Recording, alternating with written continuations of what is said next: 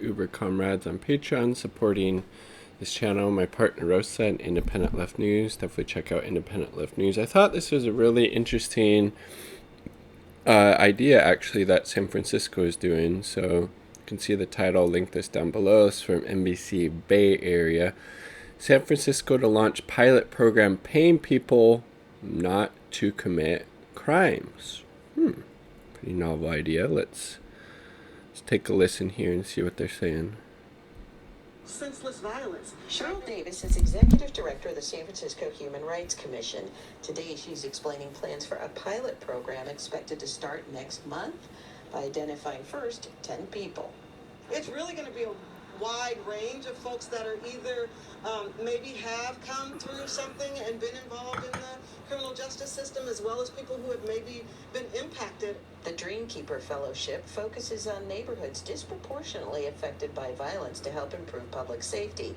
In this program, at-risk participants would go through an interview process, assessments, and then become something like public safety ambassadors. There would be funds provided to them every month. Baseline $300 and $200 for their contributions to developing policies, recommendations, or strategies to address violence. Critics have blasted the program, dubbing it cash for criminals and saying they're effectively paying people to not shoot other people.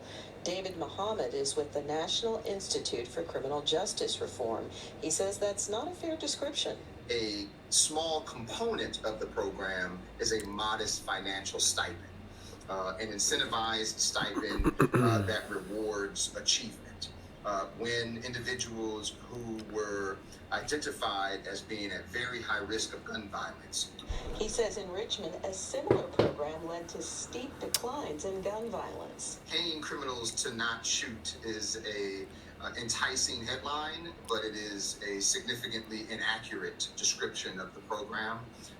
The primary intervention is a positive and trusting relationship with what we call an intensive life coach. Oakland has a similar program as well. All the programs are typically funded with a combination of donations, state and federal grants, and local dollars.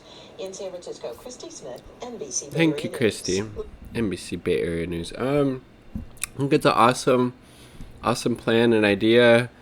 Obviously, from my perspective, it makes a whole lot more sense to try to incentivize people to try to improve their material conditions, to try to get them connected with this program, with this broader community, give them, a real sense of ownership over their lives, see that they're making a difference. And obviously the financial aspect is really important, because if we actually want people to stop committing crimes, whether it's gun violence or otherwise, we want to improve their material conditions so they no longer have to resort to committing crimes in order to just get by. So I think this is a great thing that San Francisco is doing, and as that one person was saying, this has been implemented in other places around the country with really positive results. So I wouldn't, expect to see really anything different from San Francisco doing this. So, neighborhood disproportionately affected by violence, help improve public safety, interview process assessments, and then become public safety ambassadors. Primary intervention is a positive and trusting relationship with an intensive life coach. So again, it's a multifaceted approach. The money is just part of that, but I think the money does make quite a lot of sense. Again, you want to incentivize people. You want to create the conditions that allow them to, thrive and do well and not have to resort to committing gun violence. So it's awesome. Nice work, San Francisco. I think this is a good story, something that should be highlighted. So here we are. Like the video if you like the damn video. Subscribe for more content. All part of the people. Peace. Much love.